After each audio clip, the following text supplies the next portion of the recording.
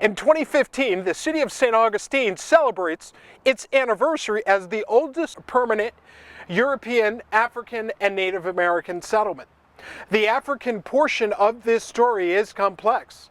It involves free and enslaved black people who were artisans, bakers, cattlemen, sailors, soldiers, mariners, builders, and blacksmiths.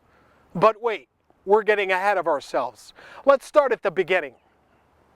In 1565, when Pedro Menendez de Aviles arrived by ship on these shores, there were about 40 to 60 Christian people of African descent who came with him. It is believed they landed on the grounds of what is now the Mission Nombre de Dios.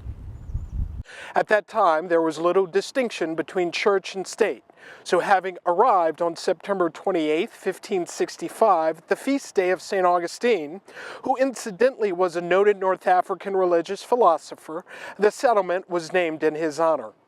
We are told a mass of thanksgiving was held right here with people who represented its future, European, African, and Native American. Over the next 200 years, the status of Africans would vary. This military outpost of St. Augustine would be caught up in the international politics of territorial control, especially between the Spanish and the British. At times, it would become a beacon of freedom for enslaved Africans. At other times, a middle passage port where captives were delivered as a labor force most suited for subtropical conditions such as the Sea Islands. Unfortunately, America's oldest port has always been portrayed in a lopsided manner, emphasizing Spanish or British heritage and little else. We all know that is never accurate when describing a seaport. More importantly for us, Africans and their descendants were pretty much eliminated or cherry-picked into the narrative. Evidence now supports the fact that they were one of the most consistent and pervasive builders of St. Augustine and region.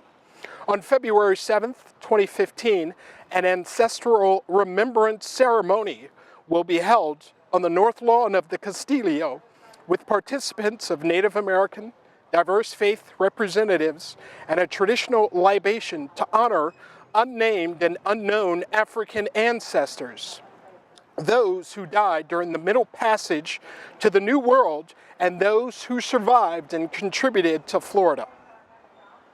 The ceremony will be held here on the north lawn at noon.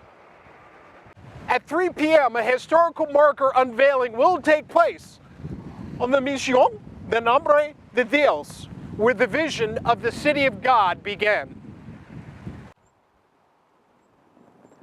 We hope you will join us here in St. Augustine on February 7th, 2015 to celebrate this history and to honor those whose lives have been forgotten. The African heritage has made this city special as the first underground railroad, the first legal settlement of free blacks, the burial place of black Civil War soldiers, the final impetus for the Civil Rights Act of 1964, and more. Come, celebrate this important history on February 7th, 2015.